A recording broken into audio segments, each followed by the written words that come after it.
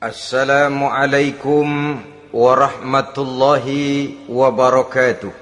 Waalaikumsalam warahmatullahi wabarakatuh. Bismillahirrahmanirrahim. Alhamdulillahi rabbil alamin. Wassalatu wassalamu ala ashrafil mursalin, imamil muttaqin, sayyidil ghurril muhajjalin, wa ala alihi wa ashabihil mujahidin at-tahirin, amma ba'du. Saudara-saudara kaum muslimin rahimakumullah. Satu hari ketika seorang ulama besar bernama Al-Imam Al-Faqih Abu Lais tengah berjalan-jalan di dekat kota Basrah, berkelumpulah sekelompok orang di dekat beliau. Mereka datang mengajukan satu pertanyaan. Imam, kami ingin bertanya. Di dalam Al-Quran itu Allah Subhanahu wa ta'ala menjelaskan, Ud'uni astajib lakum. Berdoalah kepadaku, aku akan jawab doamu. Mintalah kepadaku, aku kabulkan permintaanmu. Itu dan begitu janji Allah di dalam Al-Quran.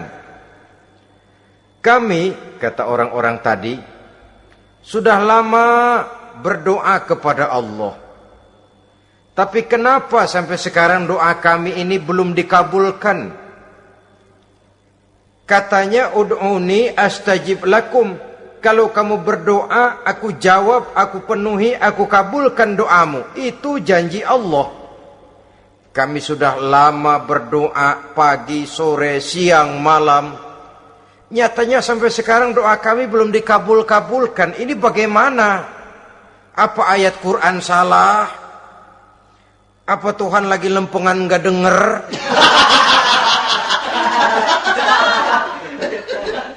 Apa doa kami yang terbalik? Kelihatannya sepele saja ini. Doa tidak didengar oleh Allah. Permohonan tidak dijawab, tidak dikabulkan oleh Allah.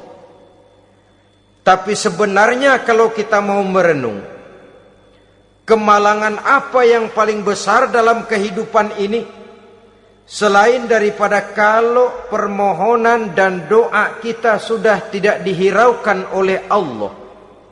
Artinya hidup sudah tidak diopeni oleh Allah. Jangankan Allah, saudara-saudara, kita nggak diopeni sama mertua saja bingung. Ini mertua diem aja, kalau saya salah apa salahnya, kalau ada yang dikepengenin apa kepengenannya, boyak ngomong kenapa diem begitu. Ini tidak diopeni oleh Allah. Kemalangan apa yang lebih malang selain daripada kalau doa sudah tidak didengar oleh Allah.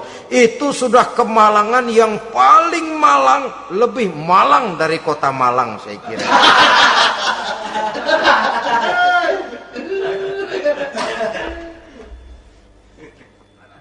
Menghadapi pertanyaan ini, Imam Al-Faqih Abu Lais senyum. Lalu beliau berkata, tuan-tuan, tahu kenapa doa tuan-tuan tidak dijawab, permohonan tidak dikabulkan? Allah sudah tidak memperdulikan tuan-tuan ini. Kami tidak tahu, Imam, maka kami bertanya. Begini, hati tuan-tuan itu mati. Dari hati yang mati, channel tidak nyambung kepada Allah. Dari channel yang putus tidak ada getaran strom, bagaimana akan timbul gejala? Hatimu mati, jadi pantas kalau doa tidak dikabulkan, permohonan tidak dipenuhi, doa tidak terjawab, hatimu mati. Saudara-saudara kaum muslimin, dari hati yang mati ini, getaran tidak akan sampai ke hadratullah azza wa jalla. Nah, ini juga satu penyakit yang kita sangat khawatirkan, yaitu apabila hati kita sudah mati selagi jasad masih hidup. Artinya, jadilah kita bangkai berjalan di hadapan Allah Subhanahu wa ta'ala. Sementara kita sangat disibukkan dengan menggali berbagai macam jenis obat penangkal penyakit zahir, dan kita kurang perhatian untuk mencari obat penangkal penyakit batin yang kalau diserang penyakitnya menghancurkan kehidupan abadi di akhirat nanti. Perkembangan ilmu kedokteran nyata benar diikuti dengan perkembangan jenis-jenis penyakit. Makin maju ilmu kedokteran, makin modern penyakit. Ngerti juga rupanya itu penyakit. Dulu kita tidak kenal yang namanya AIDS. Kita tidak tahu yang namanya liver. Kita tidak kenal yang namanya stres. Paling yang banyak cika, masuk angin, dan sebagainya. Tapi baiklah, penyakit-penyakit batin yang menyebabkan hati menjadi mati, dan dari hati yang mati, doa tidak naik, tidak didengarkan oleh Allah Subhanahu wa ta'ala. Nah, kata orang-orang tadi, yang menyebabkan hati kami mati ini apa, Imam? Beliau menjawab, pertama, araftumullaha wa lam tu'tuhu haqqahu. Yang menyebabkan hatimu jadi mati, pertama, kamu kenal benar kepada Allah, tapi haknya untuk disembah, kewajibanmu untuk menyembah, tidak pernah kamu laksanakan. Bagaimana Allah tidak akan jauh dari kita kalau kita tidak akan mengadakan pendekatan kepadanya. Dan pendekatan kepada Allah hanya bisa kita tempuh melalui jalur kegiatan ritual ibadah. Allah akan terlalu jauh apabila kita hanya membicarakannya lewat filsafat dan renungan yang mendalam. Tapi Allah akan dekat dan terasa hadir dalam hidup apabila kita dekati ia dengan pelaksanaan ibadah kepadanya. Kamu kenal Allah, tapi hakmu untuk menyembah, kewajibanmu untuk menyembah, haknya untuk disembah, tidak pernah kamu laksanakan. Kalau soal Allah kita kenal bukan main. Bahkan tidak hanya kita mengajarkan kenal juga kepada anak-anak kita. Kalau ditanya siapa pencipta matahari, bulan dan bintang? Allah. Siapa pencipta lautan, gunung, hutan belantara dan sungai-sungai? Allah. Siapa pencipta bumi, matahari dan sebagainya? Allah. Sembahyang apa enggak? Bagaimana nanti?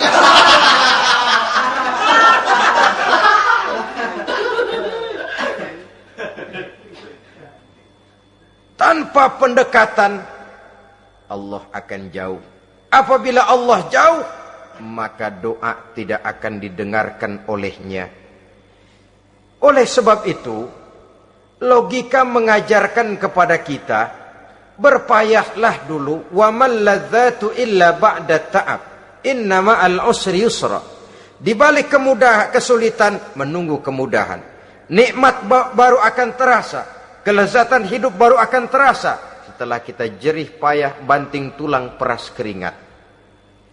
Rasanya memang lebih nikmat sepotong singkong hasil cucuran keringat sendiri ketimbang roti dijejelin orang.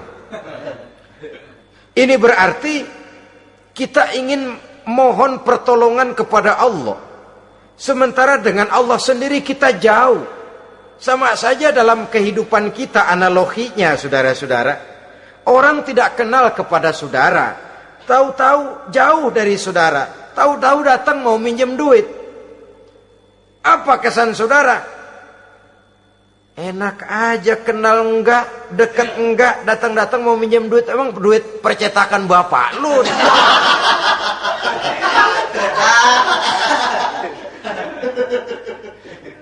Sedangkan yang kita kenal, sedangkan yang kita bertemu tiap hari, Sedangkan yang sering datang ke tempat kita, kalau satu saat dia pinjam duit, toh kita kadang-kadang masih mikir. Apalagi datang nggak pernah, berkunjung nggak pernah, ngobrol nggak pernah, apalagi kenal juga nggak pernah, datang-datang mau minta. Macam apa? Datang nemuin Tuhan setahun 2 kali. Idul Fitri doang sama Idul Adha. Doa cerewet banget. Apa aja diminta. Saudara hadirin, bagaimana doa akan kabul, permohonan akan dijawab?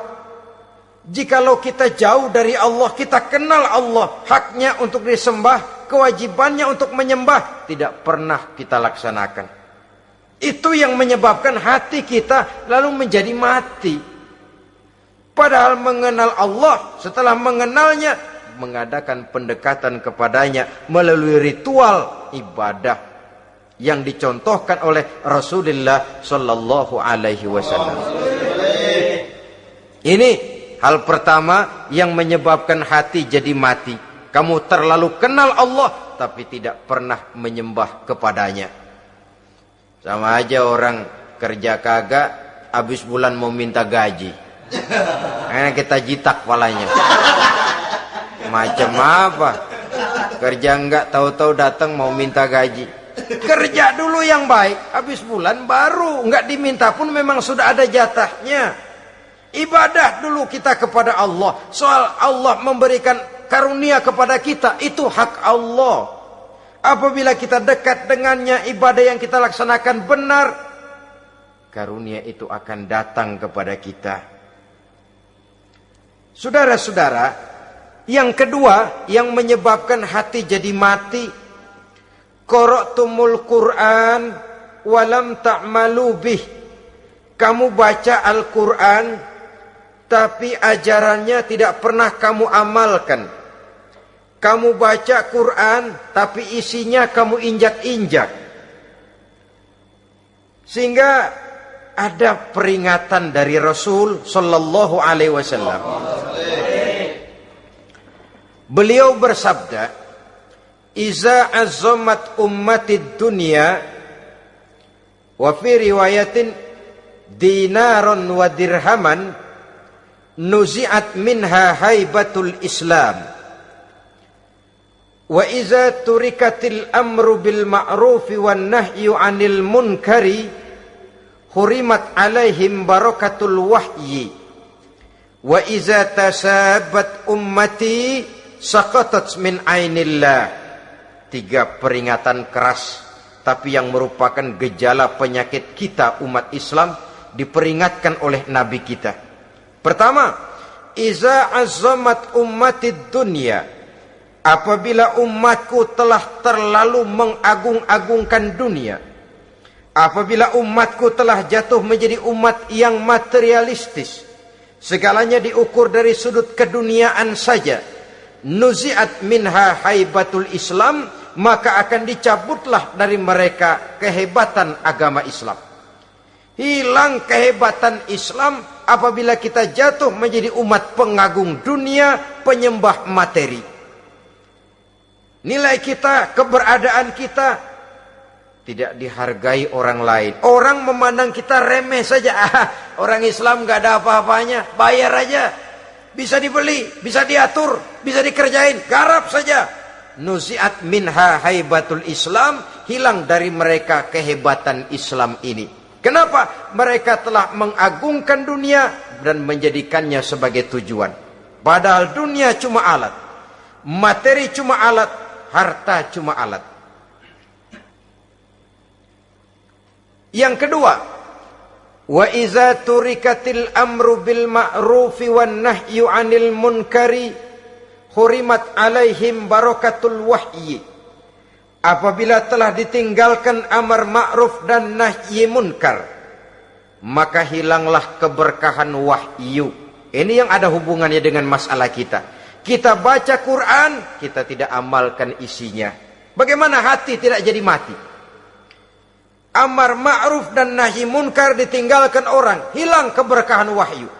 Pada saat itu boleh jadi Quran ada, tapi cuma tinggal tulisan saja. Islam ada, cuma tinggal sekedar nama saja. Diseminarkan, disimposiumkan, dimuktamarkan, tapi tidak dijabarkan dalam kehidupan sehari-hari. Apabila amar ma'ruf dan nahi munkar telah ditinggalkan orang, hilang keberkahan Quran itu. Akibatnya apa? Apabila amar ma'ruf tidak lagi digalakkan orang, nahi munkar tidak dilaksanakan orang, lalu orang menilai sesuatu menurut seleranya sendiri. Mana yang ma'ruf, mana yang munkar, tidak ada lagi patokan utama. Kalau baik kata otaknya, dia kerjakan. Tidak baik menurut otaknya, dia tinggalkan. Agamanya adalah otak, berhalanya adalah akal. Akhirnya umat kehilangan pedoman. Tidak lagi jelas mana batas yang ma'ruf, mana batas yang munkar. Dalam kondisi sedemikian, akhirnya akan terjadi penjungkiran nilai. Paling celaka nantinya, yang ma'ruf malah dianggap munkar, yang munkar malah menjadi ma'ruf. Peringatan ketiga dari Nabi, wa iza tasabat ummati saqatat min ainillah. Apabila umatku sudah saling berbantahan, apabila umatku sudah saling caci memaki, saqatat min ainillah, jatuhlah mereka dalam pandangan Allah Subhanahu wa taala. Hilang wibawa umat yang sudah saling mencaci maki, saling menjatuhkan, saling gasak, gesek, gosok. Justru agama menganjurkan kita ini saling asah, asih, asuh. Kadang yang kita praktekkan, kita ini saling gasak. Yang kedua, saling gesek. Yang ketiga, saling gosok. Gasak, gesek, gosok. Kacau kita ini. Saling gasak, menjegal kawan seiring, menggunting dalam lipatan. Saling gosok, fitnah sana, fitnah sini. Saling gesek, sikut kiri, sikut kanan. Tidak peduli orang lain luka dan sebagainya. Yang penting dia bisa nangkring. Jatuh kita dalam pandangan Allah apabila umat sudah saling mencaci maki. Maka kita kembali kepada persoalan, hal kedua yang menyebabkan hati jadi mati, qara'tumul Qur'an walam ta'malu bih. Kita baca Al-Qur'an tapi ajarannya nyaris tidak kita amalkan di dalam kehidupan kita. Akibatnya hati lalu jadi mati. Itu yang kedua. Yang ketiga yang menyebabkan hati jadi mati dan doa tidak terjawab, idda'aitum annakum min ummati Muhammadin sallallahu alaihi wasallam wa lam ta'malu bi sunnatihi. Kamu mengaku, kamu memproklamirkan diri sebagai umatnya Nabi Muhammad, tapi sunnahnya tidak pernah kamu amalkan. Malahan perkembangan paling akhir, bukan saja tidak mau mengamalkan sunnah, malah mengingkari sunnah. Inna lillahi wa inna ilaihi raji'un. Oh, Nabi Muhammad itu manusia biasa seperti kita. Sebagai manusia dia bisa salah. Dan ternyata hadis banyak yang palsu. Yang otentik cuma Quran. Selebihnya adalah sejarah. Tidak ada itu sunnah. Langsung saja kepada Quran. Oh, hadis itu bukan sumber hukum. Oh, tidak perlu mengamalkan sunnah. Saudara-saudara kaum muslimin, mengaku kita umat Nabi, tapi sunnahnya kita campakkan, tidak kita amalkan. Setelah tidak kita amalkan, kita campakkan. Setelah kita campakkan, kita ingkari pula. Inna lillahi wa inna ilaihi raji'un. Bagaimana hati tidak jadi mati? Kalau siang malam kita memproklamirkan diri sebagai umat Nabi Muhammad, sementara sunnahnya kita campakkan, kita abaikan, dan kita ingkari dia, sunnah itu. Padahal, jikalau sekarang kita mengenal Islam, jikalau kita sekarang ngerti halal haram, tahu hak batil, bisa memilah dan memilih antara yang ma'ruf dengan yang munkar, itu utamanya adalah karena jasa Nabi Muhammad sallallahu alaihi wasallam. Yang dari generasi ke generasi dilanjutkan oleh para sahabat, oleh tabi'in, oleh tabi'it tabi'in, terus oleh para ulama-ulama sampai kepada kita sekarang ini. Walaupun beliau hanya berfungsi sebagai penyampai, tapi kepribadiannya dijadikan model oleh Allah Subhanahu wa taala di dalam kita melaksanakan kehidupan beragama. Bahwa beliau manusia seperti kita, memang dalam arti unsur biologisnya ya manusia, punya darah, punya daging, punya hati, punya perasaan, bisa sedih, bisa gembira. Tetapi beliau itu termasuk basyarun la kal basyar, manusia yang tidak seperti manusia pada umumnya, punya spesifik, dan itu wajar sebagai seorang rasul pilihan Allah, apalagi merupakan rasul pilihan dari sekian puluh pilihan. Bahwa jamrud itu batu memang, tapi nilainya kan berbeda dengan batu kolar. Satu truk batu kolar dengan barangkali segenggam batu jamrud, nilainya tentu jauh lebih mahal batu jamrud.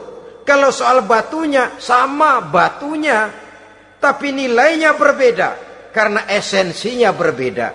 Kita manusia, Nabi Muhammad juga manusia, sama manusianya memang, tapi kualitasnya, nilainya tentu jauh panggang daripada api.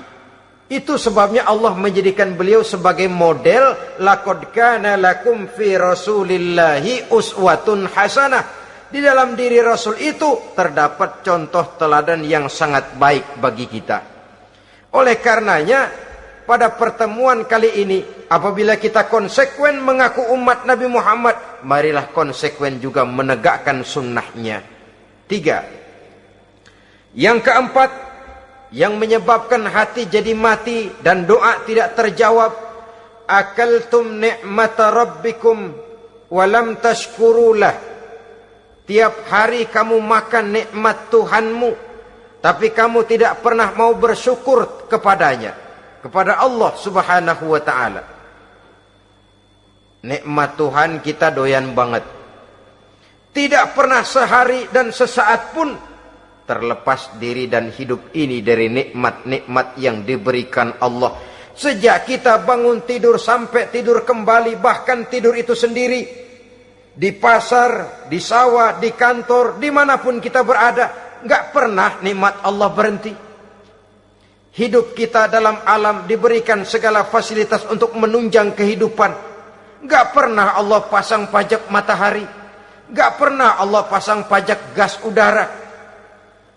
Nikmat-nikmat yang banyak itu tiap hari kita kecap, tiap hari kita nikmati.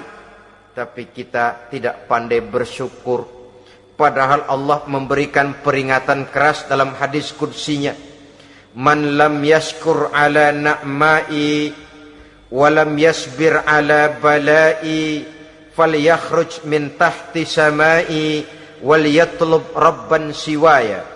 Siapa yang tidak mau bersyukur terhadap nikmat yang aku berikan kepadanya dan tidak mau bersabar terhadap ujian yang aku berikan kepadanya, silahkan keluar saja dari kolong langit ini dan cari Tuhan selain aku. Diusir oleh Allah. Kalau orang tidak mau bersyukur terhadap nikmat yang aku berikan dan tidak mau bersabar terhadap ujian yang aku timpakan, keluar dari kolong langitku, keluar, cari Tuhan selain aku. Diusir. Lah yang ngusir Allah. Anak sekarang bilang mau ke Menong.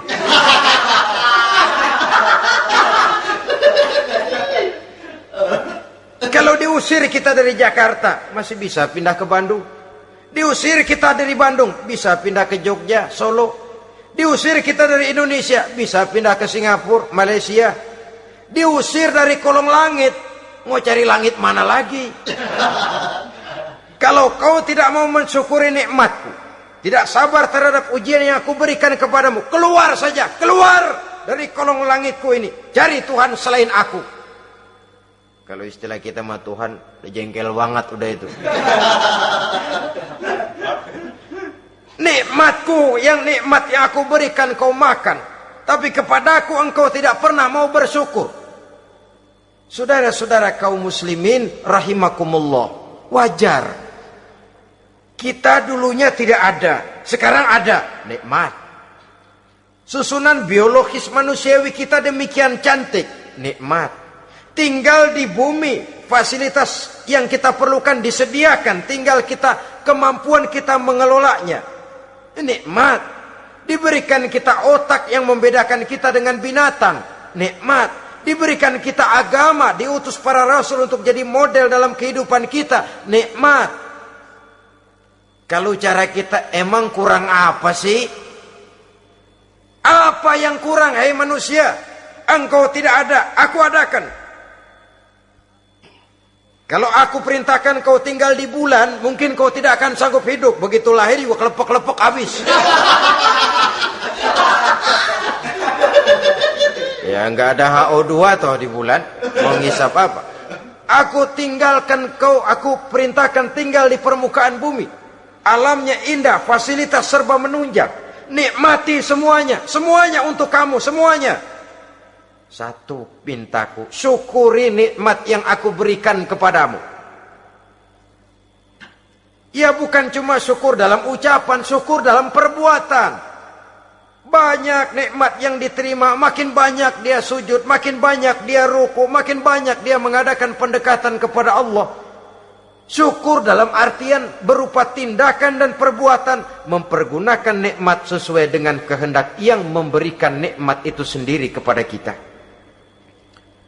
Saudara-saudara kaum muslimin rahimakumullah, ini penyakit yang keempat. Kamu makan nikmat Tuhanmu, tapi kamu tidak pernah pandai bersyukur kepadanya, mensyukuri nikmat yang diberikan tadi. Bagaimana hati tidak jadi mati? Kita sibuk mempersolek jasmani, mencari obat penangkal penyakit zahir. Maka yang ramai di zaman sekarang, saudara lihat, salon, fitness, senam, macam-macam jenis. Tidak ada salahnya dan tidak ada jeleknya. Tapi kalau itu sampai melupakan kita kepada memperindah batin, memperbaiki jiwa, artinya bukankah kita perlahan tapi mempersiapkan diri menjadi bangkai berjalan di hadapan Allah. Dengan operasi plastik, yang pesek jadi mancung, yang sipit jadi belok, kulit keriput jadi kencang, pipi terlalu cekung bisa diatur. Saudara-saudara, tapi kalau hati yang rusak, jiwa yang rusak, kemana lagi kita akan berobat kalau bukan kepada agama? Maka hati itu jadi mati apabila kita selalu memakan nikmat Allah dan tidak pandai mensyukuri nikmat itu. Dari hati yang mati tidak akan ada getarannya. Oleh sebab itu doa tidak terjawab. Selanjutnya, yang menyebabkan doa tak terjawab dari sebab matinya hati, qultum annal mauta haqqun wa lam tasta'iddu lahu. Kamu berkata, kamu yakin bahwa mati adalah sesuatu yang benar, tapi kamu tidak pernah punya persiapan untuk mati. Padahal menurut logika, orang yang akan bepergian jauh tentu dia harus mempunyai bekal yang cukup. Semakin jauh jarak perjalanan yang akan ditempuhnya, semakin banyak perbekalan yang harus dibawanya. Dahulu, seketika beberapa jamaah dari Yaman akan melaksanakan ibadah haji dengan nekat, mereka berprinsip, pokoknya kan berangkat haji jadi tamunya Allah. Nanti Allah yang akan ngelayanin. Mereka nekat, modal badan doang berangkat. Diadukan kepada baginda Rasul, lalu turun peringatan dari Allah, wa tazawwadu fa inna khairaz zadi taqwa. Jangan begitu, bawa bekal. Sesungguhnya bekal yang paling baik adalah takwa. Bahwa berangkat dengan bekal takwa itu bekal yang paling utama. Tapi bekal-bekal yang lain pun jangan diabaikan. Kalau kita akan berangkat untuk tujuan yang baik, bekal yang paling utama memang takwa. Tapi tidak berarti harus mengabaikan bekal-bekal yang lain. Begitulah, semakin jauh perjalanan yang akan kita tempuh, semakin banyak bekal yang harus kita hadapi. Kalau saudara mau pergi ke Surabaya, tidak membawa bekal kemudian berani berangkat, rasanya sih saya pikir itu bukan berani, nekat namanya. Sama saja orang belum pernah sembahyang mati. Nekat tuh orang. Berani amat. Belum berbuat kebaikan barang sedikit pun sudah mati. Nekat namanya itu. Sama saja tadi, nggak bawa bekal apa-apa berangkat ke Surabaya. Sampai Surabaya belum tentu, sengsara udah jelas. Belum punya bekal yang baik sudah mati. Sampai ke surga belum tentu. Tapi kebelangsak dan sengsara, rasa-rasanya pasti itu. Oleh karena itu, kalau kita yakin mati sesuatu yang benar, sesuatu yang pasti datang menimpa, maka hendaklah kita mempersiapkan bekal. Kemudian, idda'aitumun najata minan nar, wa ramaitum fiha anfusakum. Kamu memproklamirkan diri ingin selamat dari neraka, tapi kamu lemparkan dirimu ke dalam neraka. Bagaimanapun bajingannya bajingan, kalau ditanya ente mau masuk neraka enggak, jawabannya pasti enggak. Itu pasti perbuatannya sendiri yang melemparkan dirinya ke dalam neraka, membiarkan dirinya berlarut-larut, bertimbun-timbun dalam dosa dan kesalahan, dan tidak akan ada niatan untuk memperbaiki diri. Hanyut di meja judi, habis ditelan minuman keras, fitnah sana, fitnah sini, hasud sana, hasud sini. Padahal mulutnya ingin selamat dari neraka, perbuatannya malah melemparkan dirinya ke dalam api neraka. Tidak ada orang yang lebih sayang kepada diri kita selain kita sendiri. Dan menyayangi diri itu tidak cuma dengan memandikannya sehari 3 kali, memakaikannya parfum dengan segala macam merek, memakai sabun yang wangi-wangi, minyak yang harum-harum. Lebih daripada itu, jaga dan sayangi diri. Jangan jatuhkan dia ke dalam perbuatan-perbuatan yang bisa menjerumuskan diri itu ke dalam neraka. Kemudian disambung oleh Imam Al-Faqih Abu Lais yang menyebabkan doa tidak terjawab karena hati mati. Idda'aitum dukhulal jannah walam ta'malu laha. Kamu ingin masuk surga, tapi kamu berat mengamalkan perbuatan yang bisa menyampaikan kamu ke surga. Semua kita kalau ditanya, mau masuk surga? Mau. Tapi jarang yang berlomba melakukan perbuatan-perbuatan yang bisa menyampaikan kita ke surga. Kemudian yang terakhir kata Imam Al-Faqih Abu Lais, dafantum mautakum walam ta'tabiru laha. Kamu menguburkan orang yang mati di antara kamu, tapi kamu tidak bisa mengambil iktibar, tidak bisa mengambil pelajaran dari mayit yang jenazah yang kau kuburkan itu. Mestinya kan nguburin orang tuh membuat sadar. Iya, kalau sekarang dia saya baringkan di liang lahat, menghadap ke arah kiblat, bantalnya tanah. Setelah itu ditutup dengan papan, lalu ditimbun dengan tanah. Iya, sekarang giliran dia, giliran saya, entah besok, lusa, bulan depan, tahun depan, tapi pasti mengubur mayat, mengubur jenazah, tapi tidak bisa mengambil iktibar dari yang dilaksanakannya itu. Ini merupakan penyakit-penyakit batin yang merupakan handicap, yang menimbulkan jarak antara kita dengan Allah Subhanahu wa ta'ala. Pantas kalau itu semua ada pada diri kita, hati jadi mati. Dari hati yang mati, doa tidak akan tembus. kita tidak lagi akan diperdulikan oleh Allah Subhanahu wa taala. Dan itu sekali lagi kemalangan yang terbesar dalam kehidupan kita. Bagaimana jalan keluarnya? Pertama, memperbaiki batin kita, menyelamatkan diri daripada penyakit-penyakit yang bisa mematikan hati seperti yang sudah saya sebutkan tadi. Yang kedua, berdoa dengan adab, sehingga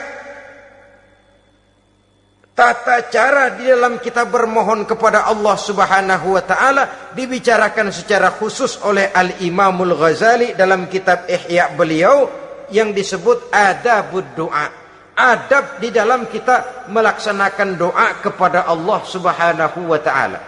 Setelah batin ini bersih dari penyakit-penyakit hati yang bisa menyebabkan hati jadi mati, berdoalah kita kepada Allah. Bagaimana adabnya? Kata Imamul Ghazali rahimahullah, yang pertama hendaklah ia di dalam berdoa itu memilih waktu yang mulia. Minal awqatis syarifah, kata beliau. Memilih waktu-waktu yang punya nilai mulia.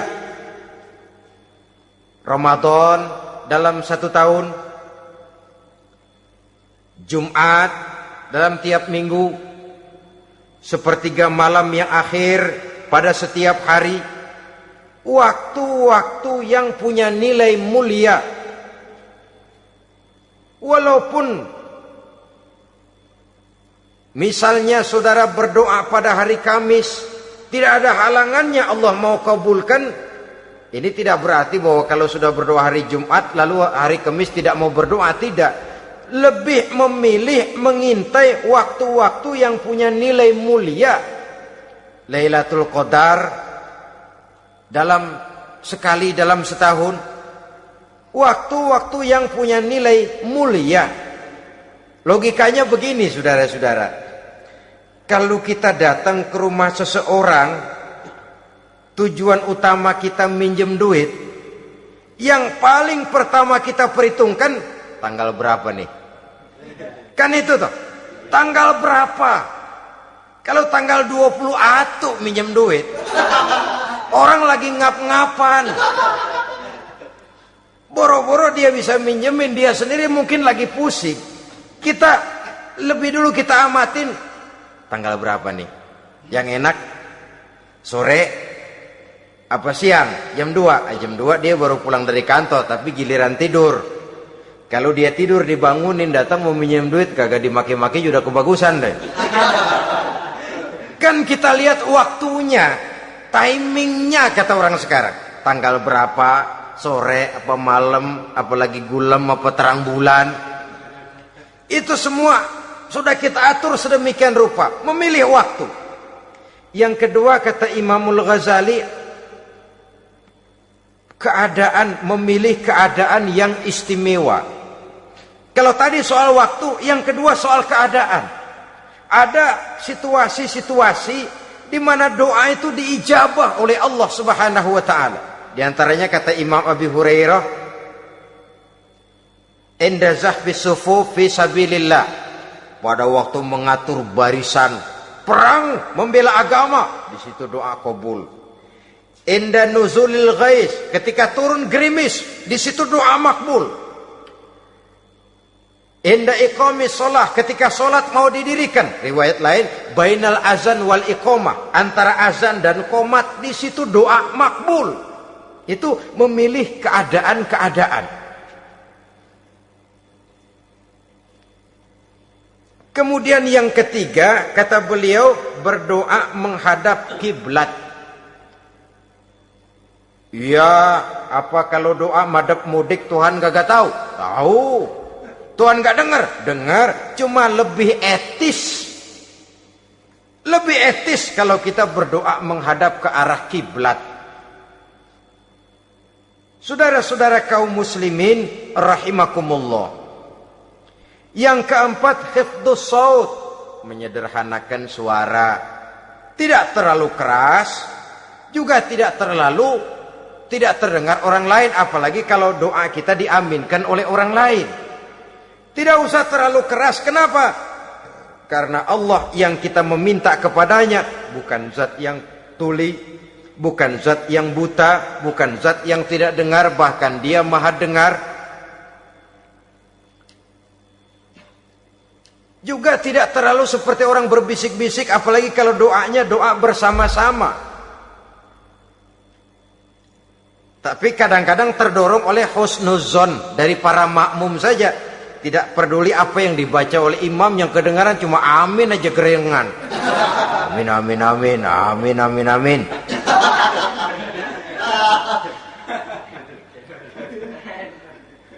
Juga tidak terlalu keras, seperti orang berdoa, seperti orang pidato.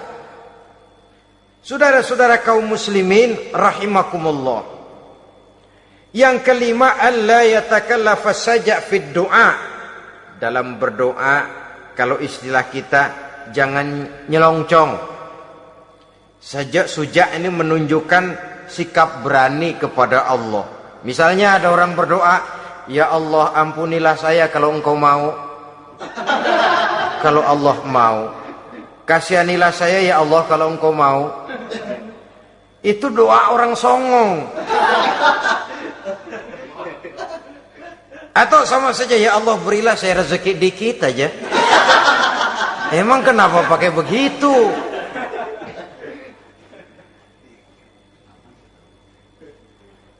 Allah yatakallafa saja fid du'a.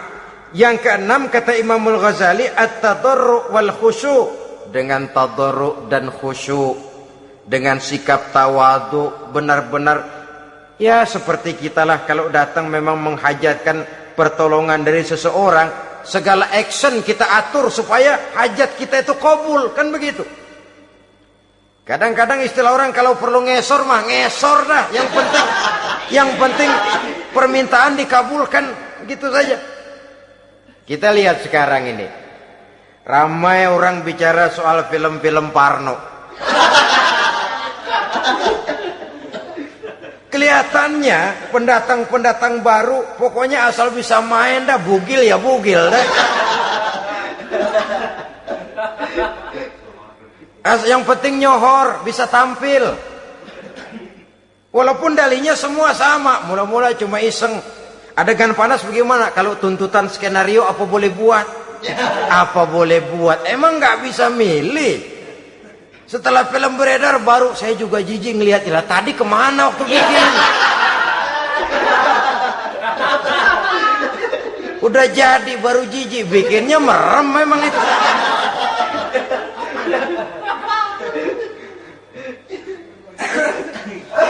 Tapi ada satu analogi, asal bisa main, asal bisa tampil di layar, apa saja jadi taruhan sudah. Bugil ya bugil dah, nggak soal dah, pokoknya bisa main, tampil, nyohor, masuk koran. Udah seperti kata-kata orang Arab, bul ala zamzam fatu'raf. Kalau pengen terkenal kencingin sumur Zamzam. Artinya apa? Bikin yang aneh-aneh, yang orang nggak kerjain, ntar ngetop. Yang ngetop lempengan jeleknya. Sumur Zamzam dikencingin, kan nyohor itu. Sedunia orang kenal. Kenapa? Gila. Saudara-saudara kaum muslimin rahimakumullah, sangat kita sayangkan kalau lalu orang berlomba-lomba dengan cuma modal paha mulus, wajah cantik, dimauin apa saja mau, lalu bisa tampil. Akibatnya yang jadi korban adalah anak-anak kita, disuguhi tontonan-tontonan yang meracuni jiwa mereka. Walaupun akibatnya barangkali ya lain, seperti band orkes dengan film memang akibatnya tidak langsung ya. Kalau band orkes akibatnya langsung, dia bisa berantem di tempat lokasi. Film orang nonton tahu dia di tempat itu, bukan di tempat itu dia praktek, pulang jadi pikiran dia, tadi serem ya, ntar kalau udah kesempatan kita praktek. Ntar ngancemnya itu yang gak enak. Tapi yang saya analogkan dengan persoalan kita, tingkah pola artis apapun dilakukan asal bisa main. Nah itu tuh, asal dapat kesempatan acting. Dalihnya ya tuntutan skenario lah, iseng lah, macam-macam lah. Tapi yang jelas satu target, saya harus dapat kesempatan main. Untuk sampai ke situ, cara apa saja harus saya tempuh. Tidak peduli harus menginjak-injak norma dan budaya bangsa yang luhur. Tidak peduli harus bertentangan dengan kaidah agama. Tidak peduli hasilnya meracuni umat masyarakat, terutama generasi muda. Yang penting kan ngetop. Saudara-saudara, baiklah ya, itu soal lain. Tapi soal kita ialah at-tadarru wal khusyu'. Bermohon kepada Allah dengan tadarru, khusyuk dan tawadhu. Seperti kalau kita mau bermohon kepada seseorang, kita merendahkan diri. Pak, saya memang orang gak mampu, Pak. Utang saya udah selebar kampung, Pak. Anak udah 16 seperempat. Apa saja kita meratap, menghibah, mengeluh, merintih, ujungnya kan yang penting gue minjem duit dapat dah gitu. Apa kayak diomongin, pokoknya pulang bawa duit, itu saja. Itu strategi manusiawi. Kalau ini kita adakan konteks, oh iya, kepada Allah lebih lagi kita tadarru, khusyuk, tawadhu. Doa dengan tawadhu, sebab kita akan bermohon kepada yang serba maha. Menghadap ke arah kiblat, duduk bertafakur dengan khusyuk, tawadhu. Jangan doa sembari tolak pinggang.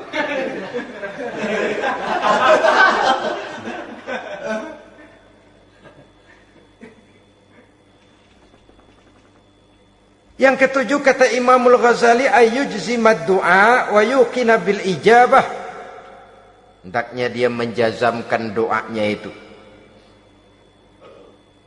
dan yakin bahwa doanya akan dikabulkan oleh Allah.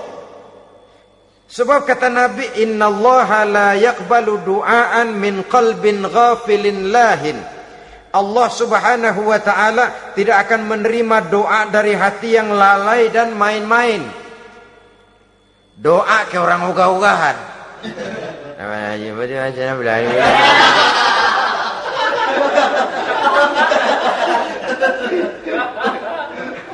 Kali malaikat nyongok dong, lu minta apa lu?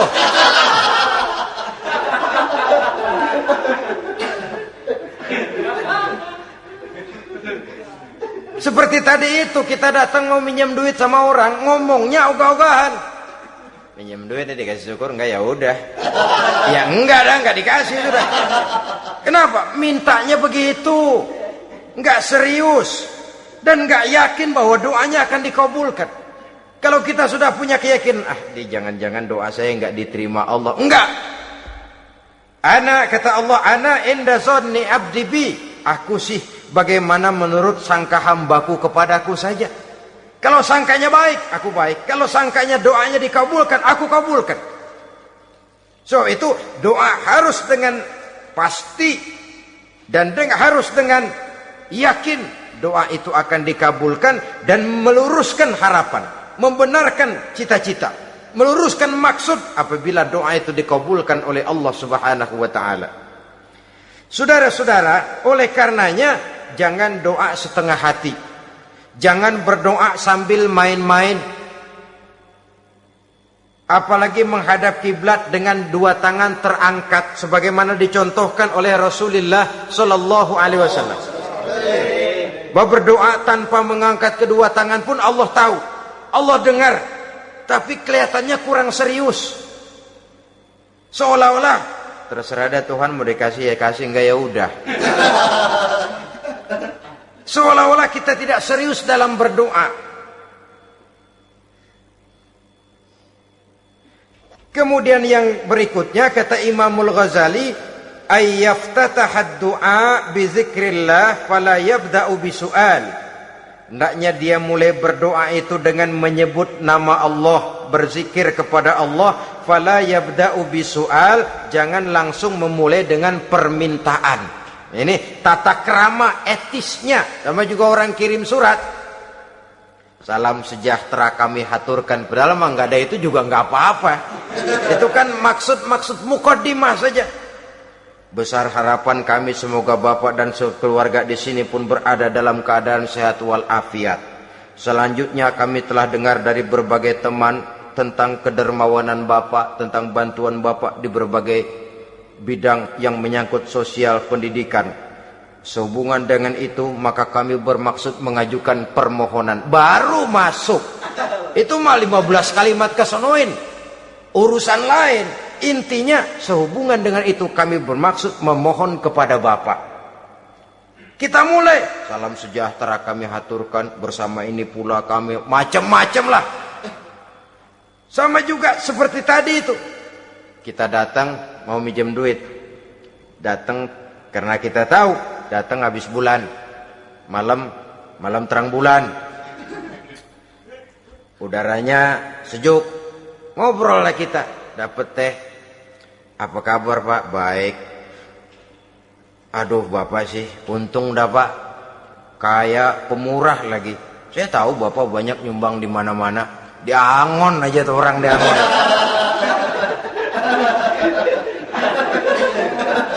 Kira-kira udah mau telap aja baru dikedat. Ngomong-ngomong Pak. Nah.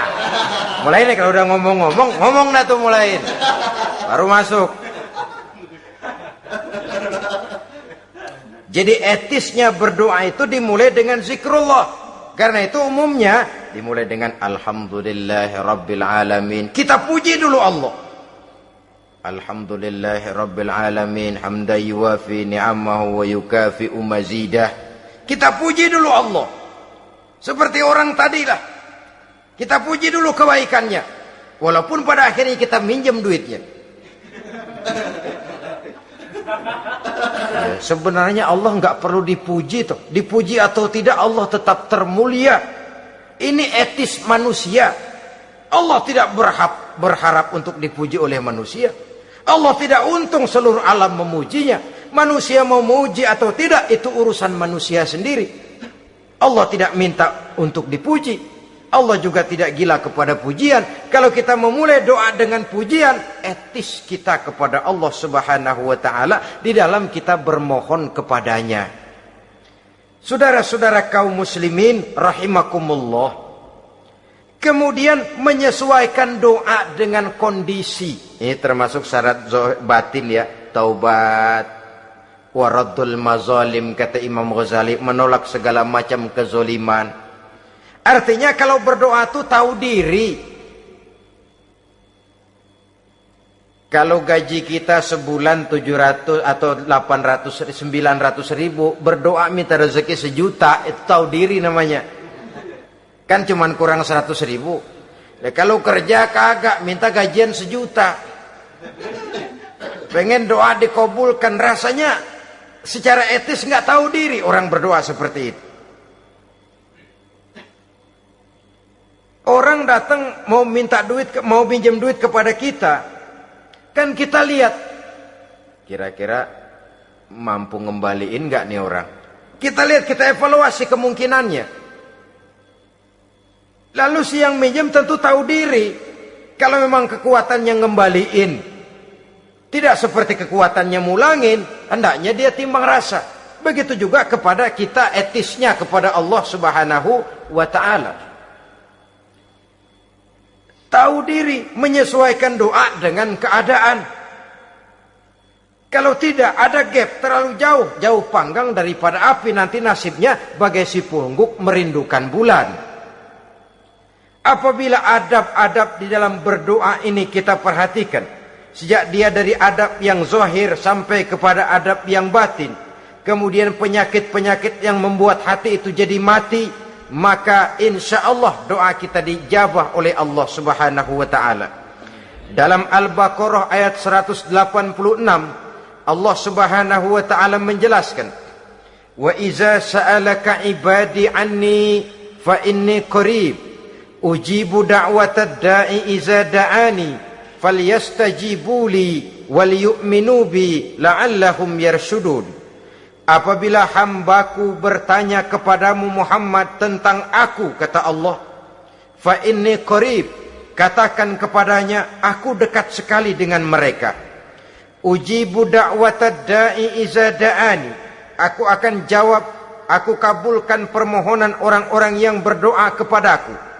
Falyastajibuli wal yu'minu bi, maka hendaknya mereka juga menjawab panggilanku atas dasar iman kepadaku. La'allahum yarsyudun, semoga dengan ini mereka kelak mendapat petunjuk. Saudara-saudara, Al-Baqarah 186 ini dengan nyata menjelaskan kepada kita, Allah akan menjawab doa, mengabulkan permohonan apabila kita falyastajibuli wal yu'minu bi, juga menjawab panggilan Allah atas dasar beriman kepadanya. Logikanya tadi itu, araftumullaha wa lam tu'tuhu haqqahu. Kita tidak pernah mau menjawab panggilan Allah sementara kita berharap doa kita dijawab oleh Allah. Apa enggak pincang? Apa enggak berat sebelah? Panggilan Allah kita berat memenuhinya, sementara kita sangat berharap agar permohonan kita, seruan kita dikabulkan oleh Allah. Menjawab panggilan Allah atas dasar beriman kepadanya. Kenapa? Ada orang menjawab panggilan bukan berdasarkan iman, tapi karena target lain. Datang sembahyang Jumat paling dulu, target utamanya pulang juga paling dulu nyabet sendal, nyabet sepatu. Menjawabnya iya, tapi tidak karena iman.